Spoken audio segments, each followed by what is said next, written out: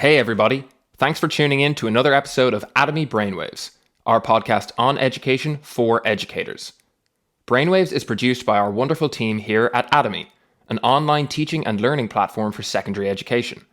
We provide engaging, curriculum-specific videos and text lessons for over 190 subjects, as well as matching quizzes and exam practice that can be used for both learning and formative assessment.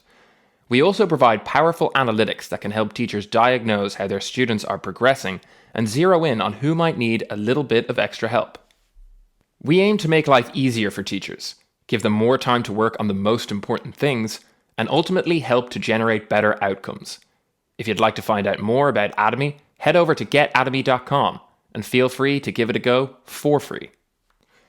On today's episode, we examined future-focused teaching with the help of special guest Anne Nock, an education consultant specializing in school design and change strategy. We explored how school design can be tailored to create a human-focused culture, and how Anne, in her role as translator between school and architect, helps facilitate this. If you like what you hear, make sure to subscribe to us on Spotify, Apple Podcasts, or whatever your platform of choice happens to be. And if you think we deserve it, we take a quick 5-star review. In the meantime, enjoy.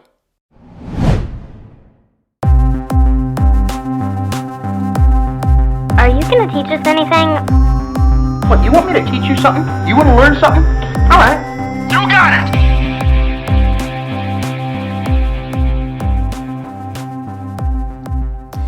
Hello and welcome everybody back to Atomi Brainwaves. I am your host Simon, and we're here today with our very special guest Anne Nock, PhD, an education consultant on school design, development and change strategy operating out of Sydney with 3 decades of experience teaching, consulting and leading community development programs.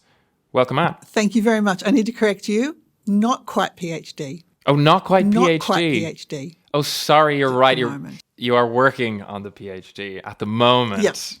You know what?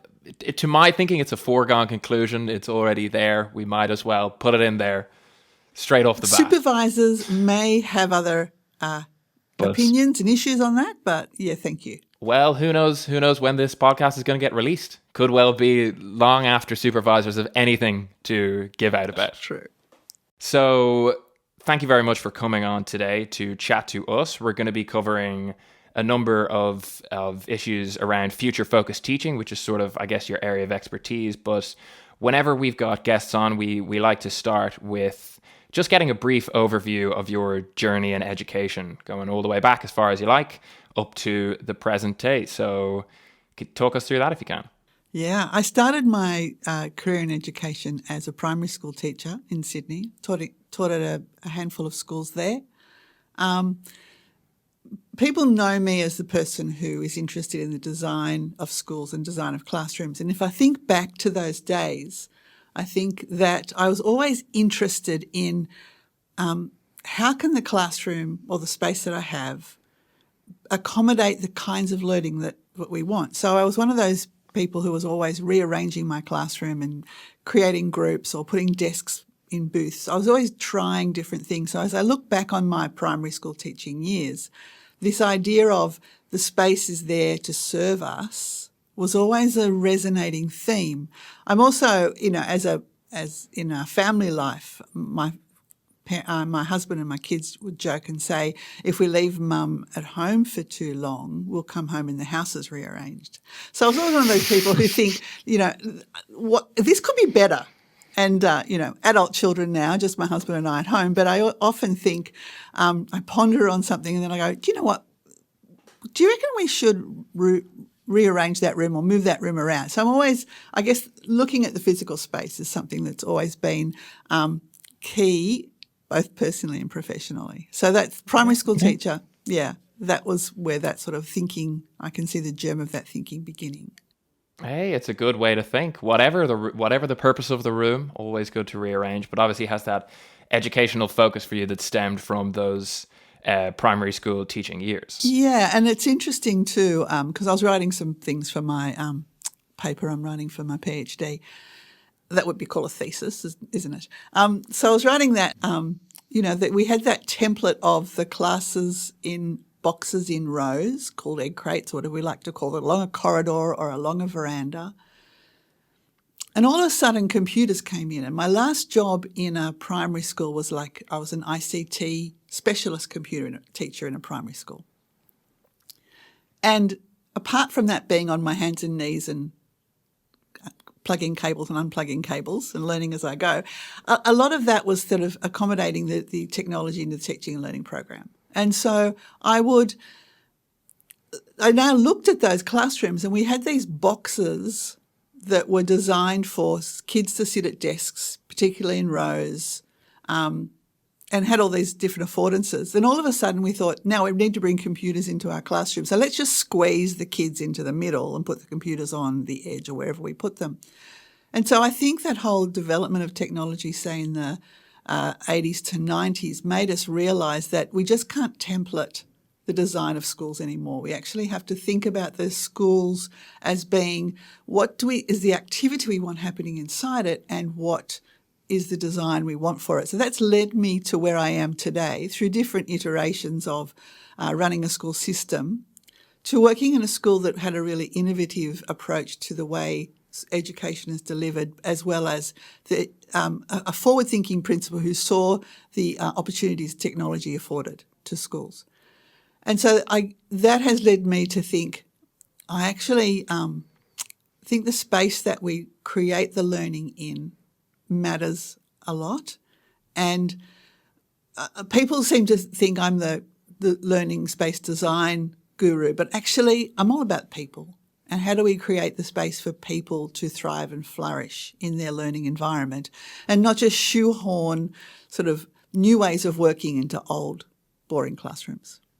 Yeah, because it's really about how those two things interact, isn't it? It's people, the place serves the people who are within the room.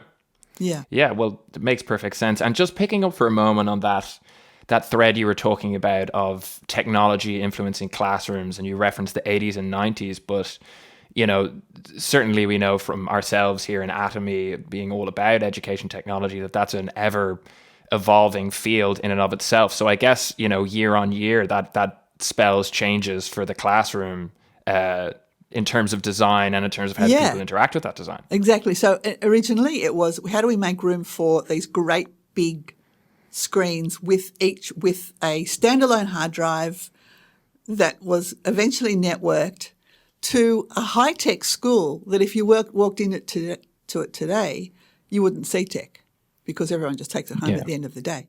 So it is that sense of an evolution of from big to small to portable to handheld. You know, that's how it's gone over that space and time.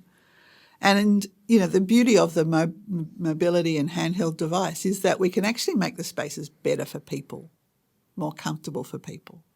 Yeah, which is really the ultimate goal, isn't it? As I say, to serve the people who are in the room. Yeah. We're going to hopefully get back to specific focus on the technology element a little bit later, but I wanted to turn our focus briefly towards the schools, because you know, I think I'm right in saying that a large part of your work involves dealing with schools who it might be said have possibly failed in a sense, or are currently not quite maximizing their potential in terms of having an overtly institutional culture and design. I was wondering if you could talk us through exactly what that might look like before we get to how you can bring about the changes. What are sort of the telltale signs of a school that does lean too heavily into this institutional sort of culture? I guess it's thinking about business as usual. Okay, this is the way school has been done. This is what it looks like. Everyone feels comfortable. I get really cross in the mainstream media when they have a school, an article about school. They've got this series of about 5 or 6 stock images they use, which actually bear no reference to schools today, but look like schools used to be. It's always a teacher at the front, always standing in front of a blackboard or writing on a blackboard, or kids in rows facing the front with hands in the air. And I know there's probably lots of schools that are still working in that model, but there's this reinforced visual image, I think, of the way that people see this is what school is supposed to look like. Now, on the one hand, it is parents' expectation, and I think we need to help parents to understand that their experience of school isn't going to be their children's. But it's also looking at the opportunities that are around us, looking at places of work and business, how they set out now. So institutionally, to me, it's a way of not thinking about what possibilities there are, but just going along business as usual. So when I do some consulting with schools, and one of the things I ask them to do is you've got a new building project. It could be a renovation or it could be a wholesale project. Are you replicating? Are you refreshing? Are you reimagining? Or are you a radical redesign of what you've got? Now I think everyone's on that continuum. And I put that continuum out there not to say, okay, you're just replicating, tick a box. No, how do we help nudge people into thinking, actually, the replication or just a refreshing is not sufficient for thinking about the future needs of these learners. You actually have to reimagine. How do we take people on that journey of reimagining the place of school rather than just replicating or refreshing what they've got now? Yeah, so it really starts with attitude is kind of the impression that I'm getting. Would that be fair to say? It's kind of at the core, before we even get into this question of any tangible physical element within the school or within the teaching, it starts with the approach that schools have, this business as usual versus forward-thinking approach. Yeah, so this is culture. This gets back to how do we, like if any organisation, and it's the same with a school, if they think we're not going to deliberately address culture, then the default culture will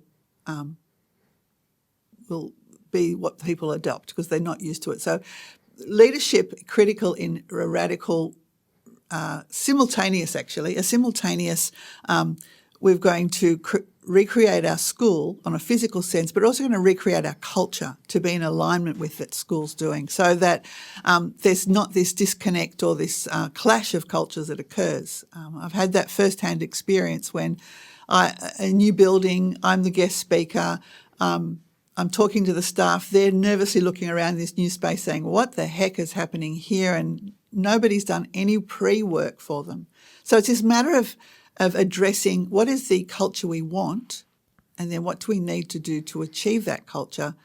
And all that happens, as you say, prior to the a pencil on a drawing or selecting a furniture. It's actually that is serving the culture that we desire.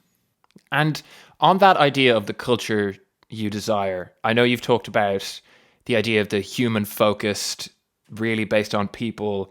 What does the ideal culture for a new school or even an old school looking into redesign, how does that human-focused ideal culture manifest itself? What does it look like? I think we've got a lot to learn from a business sector at the moment when in sort of design thinking and the user experience approach. So I'm lucky that I can have that above the treetop view.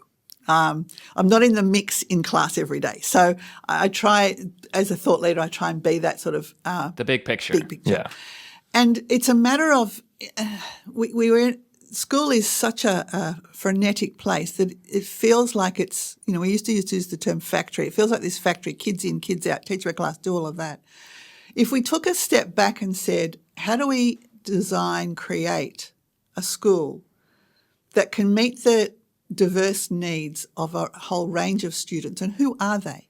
I encourage people to empathy map. Look at a student. One of the work I do in the consulting work is we journey map a student experience across the day. Can we look at a single student who might be struggling and think, how can we make that school experience for them richer and enable them to flourish? I have these two words that I feel about school. I want them to be a place where every student can feel success and every student can feel a sense of belonging. Now, success is often seen in that top 10 or 20% that are the cream that get the accolades. But success can be a whole lot of different things to different kids. So what is that sense of success they have, that sense of belonging they have? And I guess they're the two things that really drive me in the work that I do. So institutions, if we think about it, is mass production, mass decision-making for the masses. We've come down to the place now where we're actually thinking about how do we meet individual needs? And that's how I think we break institutional thinking. Yeah, and that really kind of hits a chord for me as well, because just the point you made earlier about taking our lead from businesses, from workplaces, we've talked about this on the podcast before, but a lot of the things, if you look at job postings or the like, what employers are looking for is this idea of independent thinking, or people who are creative, who can work on their own 2 feet. And when we talk about a factory or an institution, those are absolutely not the skills that spring to mind. So it really resonates for me when you say that. Yeah. I've just been audio booking a new book by Elizabeth Moss Cantor. She's a kind of legend in leadership, called Thinking Outside the Building. And it's actually taking your thinking beyond institutional thinking. And she talks about kaleidoscope thinking, the design thinking on steroids in a way, in that the kaleidoscope is made up of a whole lot of different pieces, but they are sort of fixed pieces in your kaleidoscope. But the different rearrangement, as you tilt it toward the light, as you twist it, it actually begins to create different shapes and different beautiful images. So the application of kaleidoscope thinking, as I sort of read it and interpret it, is that we've got the same components. We've got kids, we've got curriculum, we've got all these components. Can we put them in a kaleidoscope? Can we twist that kaleidoscope? Can we hold it up to the light? Can we see that there's potentially a different way that we can create, design, school where kids will flourish? Yeah, it's a really powerful thought. And following that thread, this idea of getting kids into the kaleidoscope, I'm gonna take us out of the big picture for just a second. I'm gonna bring us down to the ground floor and see if you can talk us through a little bit of almost a day in the life of your job, of where you step into this process. So I know you've talked about it almost as acting as a translator between school and architect at times, which I find a really fascinating juncture. Can you talk us through when you're looking to implement these higher order, these big picture goals? What are the kind of challenges that you come up against? What are the disputes you need to resolve, the goals you need to achieve to help schools reach that point? Yeah, this notion of being a translator is I see myself sitting in between the education and the design communities. So translators have a native language. My native language is English. Yes, it is. As is mine. Good. We have that in common. In a metaphorical sense, it's education, and I'm learning the language of design. So I make myself understand plans and scale and all those things, because I find a lot of educators, when they're looking at the plans for a school design that's put in front of them, it is quite confronting and knowing what to ask. I'm happy to ask the dumb questions in that way.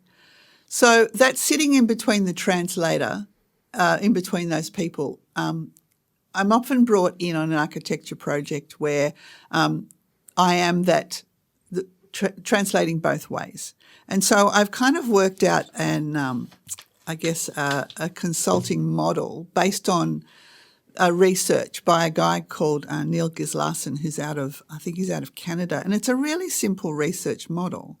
And he said that school design should be viewed as part of a network of elements that together shape the learning environment. So it's not all about the beautiful photograph on the school website. There's actually a purpose behind why you do this.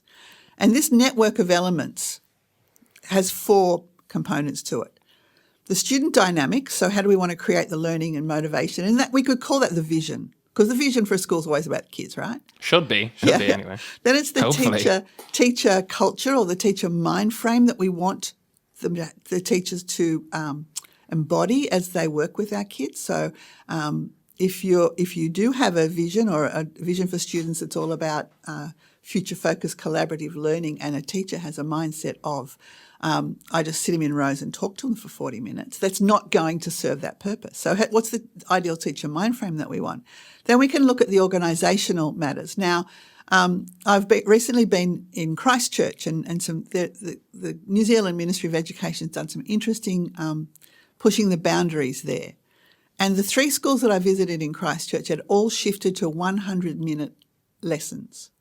Wow. Yeah, and to do that, you have to, if teachers, if we want the learning to be authentic, project-based, and we want teachers to encourage collaboration and be comfortable with noise and movement, then we have to organise our class. And a paper I read recently said in a 60-minute lesson, it's really not possible for a teacher to get around to every student. So these schools in Christchurch have said 100 minutes. We can use authentic project-based learning, and it enables us to really dive deep with the students. So we've got the student dynamics or the vision. We've got the teacher culture and mind frame that we want. We've got how we're going to organise our school, because there's a whole lot of organisational, and that gets back to institutional thinking. If we're going to think we're going to just shoehorn new ways of working into our existing stock, and it's not going to work. So what's the organisation in terms of the timetabling, the scheduling, how we're going to address the curriculum? Then we come to the physical environment and we think, well, what does the physical environment need? We said we want our kids to work in groups and be collaborative, therefore we need to make a space for that. Now, what I find is that I kind of overlay Simon Sinek's Start with Why. The why is our students, and the how is the teachers and the school organisation, and the what is the physical environment. What I find is that people jump from, we want a vision of learning that is like this, and then what? What are we going to do? And we kind of forget the 2 how steps in the middle. So I reckon I've heard this. I visit schools and I've had people work with me, and we walk around a school and they see, sofa, 2 sofas, coffee table. That'd be great for collaboration. That's going to change our life. Have they factored collaboration in? And if your timetable support time for collaborative work, it's just one small example, but it means that I have seen sofas just be swung around another row in the classroom. So unless we get those middle things right, the way we want our teacher culture and the school organisation, then we're not actually going to achieve that desired aspiration of a new bright and shiny learning space that we might have designed. Yeah, the actual physical design almost kind of has to come last, doesn't it? You can't, to lead with it is to put the cart before the horse, isn't it? So to speak, which doesn't suit anybody, I guess. Yeah, and I visit schools, years after a bright, shiny new building being opened to later, and I see from my external observer, they haven't addressed the cultural issues. They haven't addressed how do we actually want our teachers to learn, and that requires time. There needs to be this sense of how do we provide the time for our teachers to negotiate, to work together, to think differently. We can't just have them working from running class to class and think it's going to change, because people will default to what they know and what they're comfortable with. Hey folks, hope you're enjoying the episode so far, and we've got plenty more to come after this quick break. Here at Atomi Brainwaves, we're all about education, and not just for students, for ourselves too. We would love to hear from you, whether that's feedback on one of our episodes or a question you'd like to see answered by one of our guests or by Sue. So, if you've got a comment or a question, don't hesitate to email us at brainwaves@getatomy.com. Looking forward to hearing from you. In the meantime, let's get back to it. So, following on from that, I wanted to get an idea of a challenge or a typical type of challenge, or maybe just one recurring example or one example in particular that you could come up against when you're trying to implement these strategies. Because, obviously in this role as translator, in the ideal world, you would have all sides of the equation on board and you can build from this. But is there any kind of problem when dealing with either the architectural side or the school side, or even both together in the same room? Is there any problem that you kind of frequently come up against? And if so, what's the best way to resolve that? Go back to what I was saying about 103. A school day is 3 100-minute lessons. Okay. If teachers are used to working on 50 or 60, they know how to map out that time, probably without even thinking. They know the different, so there might be 3 components to that period of time. So 100 minutes, you can't just translate what I've done in 50 or 60 over to 100. I actually have to unpack that more. And this is where I think the beauty of design thinking comes in. So in the work I do at a school level, it's the nature of the role of facilitator. I feel that, or I know that the people I work with, they have the knowledge. They know the students, they know what they're teaching. And it needs somebody to say, well, let's have a blank piece of paper. Let's empathy map our kids and see what the different learning needs of particularly some outlier students. And then let's see how we can design the use of that time. And let's test it and prototype it. So I think it's an application of something like that rather than the default thinking of, do I just add more components into 100 minutes or do I just stretch them out a bit? No, let's actually, if you're going to make that shift from 60 minutes to 100, you have to provide a scaffolding and a way that teachers can feel a sense of accomplishment. A paper I was reading on teacher change the other day, it was talking about teachers making change.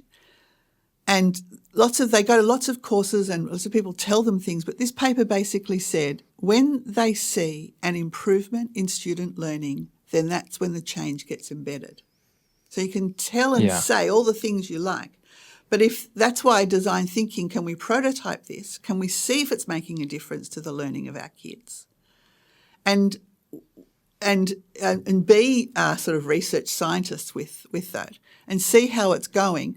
Don't just do it once and go, well, that didn't work, because everyone's learning new behaviours, right? So you're not prototyping over just a week or a couple of weeks. You actually have to commit to it. But this paper said, and it was quite an old paper, but it basically said if you can see that students are high levels of engagement, if they're working better, then that's when teachers will embed change. So it's being a little bit experimental, which feels teachers don't want to do because kids are, how can we experiment with kids? But we kind of have to in a way. Yeah, that was exactly the word I was going to pick up on, experimental. It really is so important, isn't it?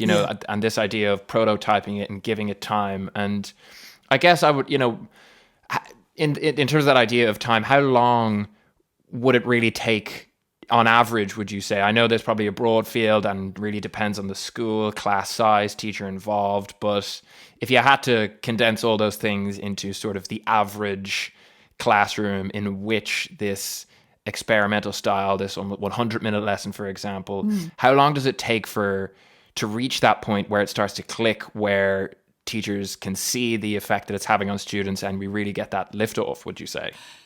I don't know. And that's why I love the design thinking process, because that goes back to the people who are implementing it. Yeah. And a sense of agreement around, are we going to give this a term? We're going to try this for a term. And getting that sense of, all right, I'm prepared to do it. Maybe they can have if there's red flags, they can have a way of mitigating potential disasters. We've got to make room for that. But I think it's all about that sense of ownership and agency for teachers. We talk a lot about agency for students. If we can implement change that the teachers have a sense of agency, I think there's a lot of value in that as well. Yeah, absolutely. I think it needs to be a term, but I think that's also a decision that those around the room can realistically say, we'll give this 4 weeks or there's a sense of ownership. I remember talking to some people once about this kind of thing. They were struggling about the two classes, and there was lack of light. And I said, do you have an operable wall? She said, yeah, we could open the wall. She said, we did once. We opened the wall. The kids were crazy. Parents hated it. We hated it, and we closed it again within a day. It needs that sense of time. I guess the other part of that, in terms of the work I'm really interested in as I study, is that role of teachers as solo, the one teacher, one class, and creating that sense of a team-based practice. And that again, that's the more we can help teachers be able to be comfortable with sharing practice and working alongside another person, that is critical, I think, to the future. That I guess my most memorable teaching experience is when we just informally with another teacher just shared what we did, and it's just awesome. Yeah, that was exactly what I was going to ask you about next. This idea of solo versus team-based strategy, because it makes so much intuitive sense when you think about it, that it should be a team effort, and that the more collaboration there is across the board, the more it will benefit the students. But almost to use an example from your last anecdote, if you have that operable wall and it's not between those two sides of things, solo versus team-based, if it's not being used correctly, it can lead to problems, I guess. So under that heading of change strategy, of bringing schools and teachers from solo to team-based, what's the best way to do that? What's the best way to get that group of teachers in the room and say, listen, we need to do this together as opposed to on our own? Yeah, there's a couple of things I've seen. There's a school in Auckland in New Zealand who the team-based also meant cross-curricular as well. So they would bring together teachers from different subjects. And the way the principal, I just happened to be there the afternoon where they'd work through this process in the morning, but they'd put up all the subjects and put the teachers in next to the subjects and just sort of said, who wants to work together? Who wants to work together? And one of the things when I've run workshops for whole staff, I put faculties together and I said, find 5 commonalities amongst you, because team is not just all the English together. It's can we put English and something else together? My favourite thing was the PE and the language staff got together. They were amazing. Now, not the most classic of matches, you would think. Not quite the gin and tonic of the educational world, and yet, I suppose it can surprise you. I wish I'd copied down what they said, but I remember them saying, we're international, sport and languages work across the globe. Very true. We do training and drills as part of our practice, and they were so creative, and I think it gets back to giving people a bit of time and space to think. Yeah. To think about how they'd use the lesson or think about how they'd work as a team. I also, when it gets back to a teaching team, it's that classic in any organisational workplace team development. How do we help people understand?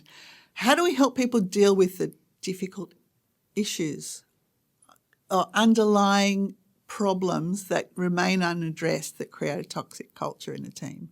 We actually have to give people the tools to be able to do that. And the other part about working in a team culture, it gets back to institutional thinking that we were talking about before, the corridor, one teacher, one class. Now, in Australia, we have an attrition rate in the first 5 years of people teaching of about 20%, which is really high. And I wonder whether teachers of those coming into the practice, young teachers, who work in a much more social, collaborative way, have been sort of operating that way, how much more enjoyable their work practice would be if they were working within a team of colleagues. And I wonder if that is a way of keeping and maintaining the younger teachers is by having a strong emphasis on team-based culture in a school. But it's really, the challenge that throws up there is, I guess, this generational gap of, older teachers who, I say this not to throw them under the bus whatsoever, because it's what you know. But older teachers who aren't used to an approach like that, I guess it can be hard maybe for them to come to the table. And I suppose if faced with a school where you have that divide, where you have on one side young teachers coming in full of ideas, they want to work as a team, they want to innovate, and then on the other side you have, you know, Mr. Smith, who's been working here for the last 250 years, and he knows how to run his class, and he does not want to change. How do you bring him to the table? What can be said? What can be done to convince him? Look, I know you've done it this way for so long, but maybe we can try something new. I can speak because I'm in the demographic. So the demographic is Mr. Smith. Mr. Smith and Mr. Smith alone. We had Mr. Smith in workshops who just railroad and white ant what you're trying to do, what I'm trying to do. And it's heartbreaking to see that happening. So there's a long-standing law of diffusion of innovation.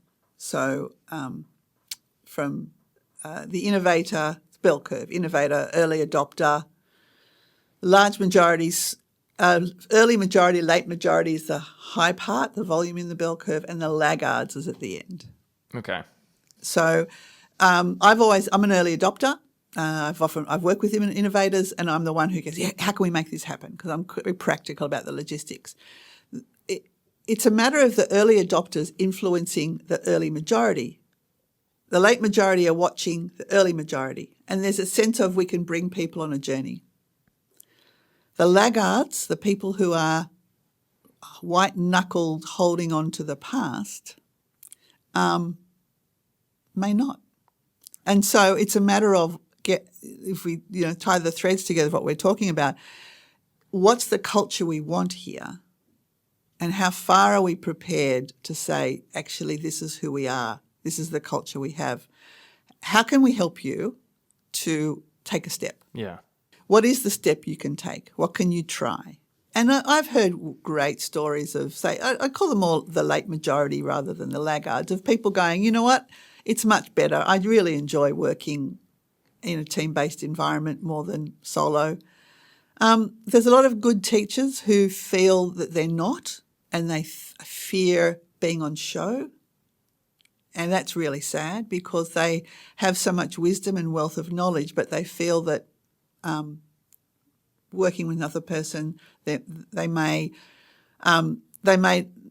think the other person might think they're not very good. Yeah. So there's a whole lot of those internal things at play here, and a human element in a way as well, isn't there? Because people are inherently proud creatures at times, and there can be a vulnerability to that. I'm almost kind of straying a little bit of a tangent here, but when you talk about people being afraid of coming across as knowing less, it can almost get defensive about it and be like, no, I know what I'm doing, which obviously is not ideal, but as you say, can stand in the way. So we apply, so at a leadership level, apply the same business design thinking approach and empathy map our staff, and looking at what do we need to help those individuals to change, rather than all staff are going to do this. How do we help an individual to take some steps? What are some steps they can take, rather than, worst case scenario is you just ring fence that person off to the side until they retire.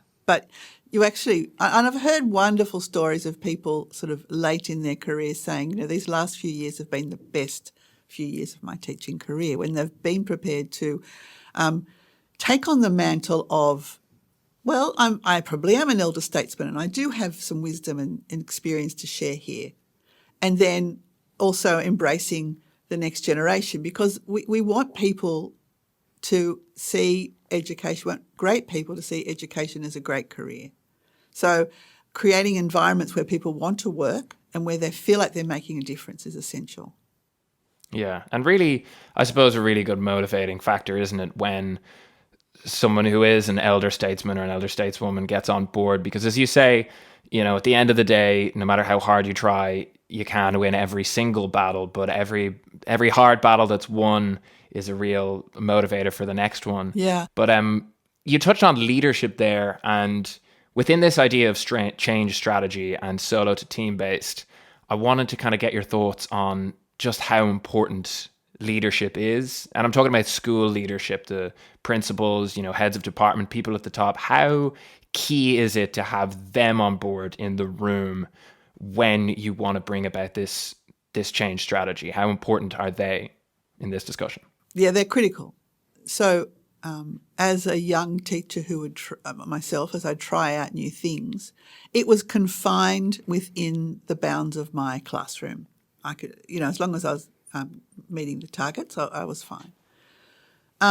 If you want a wholesale change across a school, then the posture of the leadership is essential from high level and grassroots. So from the perspective of setting a direction, establishing the desired culture, through to being human at the interpersonal level and knowing, particularly those people who are, say, really having a go at trying something new, just getting alongside them, encouraging them, listening to them.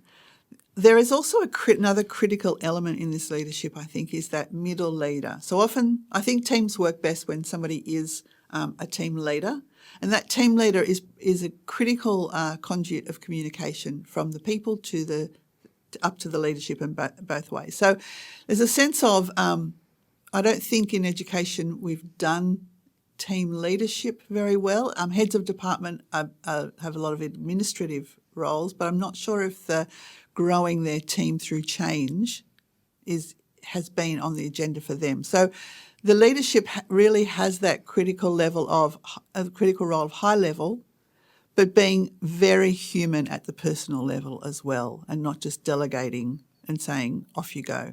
Being present, popping in, talking, being heard. We all, when a leader hears us and acknowledges pain or celebrates with us, it really matters to us. And such a huge factor, I would say. I mean, we're talking about young teachers and that attrition rate. I imagine it's such a huge factor for a young teacher to have in those early years when they're finding their feet and it's a whole new world, to have that kind of that leading presence who is actually available on a human emotional level for them.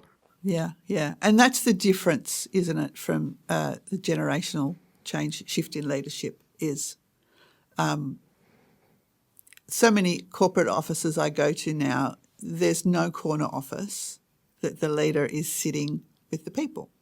They have their spot, and that notion of accessibility and being part of the team is really critical. And it's I've worked in a school where that was completely broken down, and the leadership structure was broken down in a good sense, in that the leadership team just shared an office.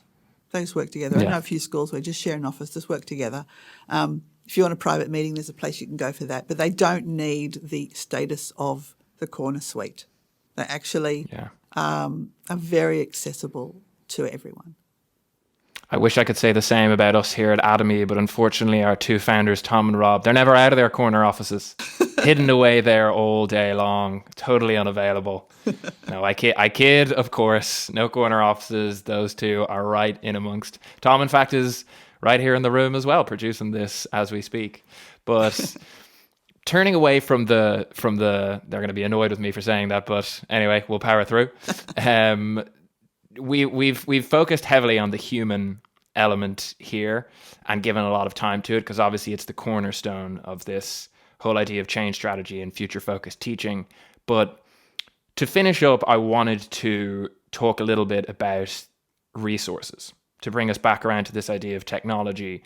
And, obviously they play such a key role within design, as we touched on, how the room ends up looking. Also within this idea of change strategy, oftentimes moving into team-based, there are technologies that can facilitate this. The more user intuitive they are, the easier it can be for older generations to get on board with them. So I wanted to ask, in your day-to-day working as this translator, bringing about change strategy, how important are resources, classroom resources, online or otherwise, to that process? If I just segue from what we were just talking about before about people and their capacity to change, what I think for, say, older teachers who with a strong body of knowledge, when the internet came along, The dreaded internet. yeah, there was that. I believe that there's this sense of, well, what have I got to offer? They can find everything out that they need. So that's that important positioning with regard to technology is saying we still need people, and we still need, it's not just about knowledge and content. I think we're moving into that. But I think that was initially what a lot of the people's hesitancy with change was around, well, I'm just a facilitator, I'm the guide on the side. No, actually we still need great teachers because kids learn from great teachers. So that was where I think we've shifted with the complementary nature of the human factor and the technology and the content that is available for learning, that both are essential. We just can't sit in a kid in a room with a computer and go, off you go all day. Can do that a little bit, but not entirely. So the human interface in technology and content, I think, is really, really important. And also to help sort of direct and guide and challenge kids, teachers need to do that. But then again, we are on the day where this recording is the day that the World Health Organization has declared pandemic. And of course, in Australia, we have a number of schools that are shutting down, and in other parts of the world, schools are shutting down. And even in the media today, they're saying we may extend the school holidays. So we are positioned now to think, what does learning look like? I feel that significant events like we're experiencing right now in history are the reset events. And I believe that the technology and online learning opportunities, the breadth of that in that one sentence, but it's becoming critical for people now. It was always there and nice to have. But if kids are having to work from home, then they need to be able to work from home. And so I think this is a critical juncture in history to say, actually, this is important. We've been doing video conferencing in business for a long time. Teachers have been, or lots of people have been shared documents, shared ways of working, using different apps for team-based working. But I think sometimes there needs to be this event that says, this is what we needed it for. And as we come through this and people see the opportunities that technology brings, we won't go back. I think it's going to reset. Yeah. I think it's going to reset education, this thing that we're in right now, for the good. I'm an optimist. I believe that in desperate situations, we find creative solutions to big problems. And I still feel that with the situation that we're in now. So I think people are going to see that need and meet that need. No, absolutely. And I mean, I think it's a really original way of thinking about it, to be honest. I don't think I've heard that anywhere, but to see, obviously, as you say, it's a difficult time. It's a troubling time, and silver linings are few and far between and hard to come by. But if there can be that step forward where a further leap into the values that technology can bring, not just technology for technology's sake, but values in it that education technology can bring, not just in terms of the actual learning, but this human element and the connectivity that can provide in difficult times. Yep. I suppose that's one positive that can come out of a difficult situation. Yeah. So that multi-student teleconferencing equals time with my class. We can do that. Absolutely, yeah. And I know that and in saying that, look, I know that there are places in the world with access issues. Not everybody has reliable broadband in their home, but I think these times we say what matters to us. And if education matters, having people being able to access education remotely, then that puts a value on that we need to address as a nation. Absolutely, absolutely. Could not agree any more. Well, I feel like we could talk about this until the cows come home, but unfortunately, that's probably about as much time as we have on the front of future focused teaching. However, as our avid listeners will know, we always like to end with a little bit of, maybe it's a little bit of advice based on your teaching days. Maybe it's a fun anecdote from your journeys in the world of education. Doesn't necessarily have to do with education at all. But anyway, this is going to be your Anne's little piece of advice for the day. So what have you got for us? My piece of advice is get over yourself. And what I mean by that is... It's aggressive advice. Isn't it? Gonna have to justify this. I know. So we're just talking about online and the changing world situation. And people are going to have to use video. Now, none of us love seeing ourselves on video, right? We hate it. Well, speak for yourself, Anne. I personally adore the sight of myself on video, but I suppose I'm in the minority there. The exception that proves the rule. Now, here's the word of wisdom, right? So teachers may have to start putting stuff on video and teaching video lessons. And it's very different teaching a video lesson to doing video conference, which is live. I have a theory when people go, I hate doing video and I don't want a video lesson. Here's my word of advice. What you see on the video is what we see every day. You only see yourself on video if you've set it up and approved it, or you see yourself in a mirror. And you know our mirror face is different to our real face. We do things with our face in the mirror, right? So as we're moving into this era where we're having opportunities with technology and maybe having to video lessons, the word is, and this is because this is a thing I say to myself whenever I have to do video. I go, the person I am on the video is what everybody else sees every day. So just get over myself and start talking. Good advice. You hear that, everybody? Get over yourselves. Get over yourselves now. Get over yourselves. Make that video. Or if you really, really, really don't want to do it, we'll get one of our fantastic VCDs here at Atomi to make a cartoon version of you. But it'll still be your voice. Yeah. So get over yourselves. I like that. Yeah, well, glad to hear it. Glad to hear it. Listen, it's been an absolute pleasure. Thank you. Having you on. Anne, thank you so much. Best of luck with the rest of the PhD. I'm sorry that I jumped the gun on that one, but as I say, who knows? By the time this is out, could be out there in the world already. Who knows? Who knows?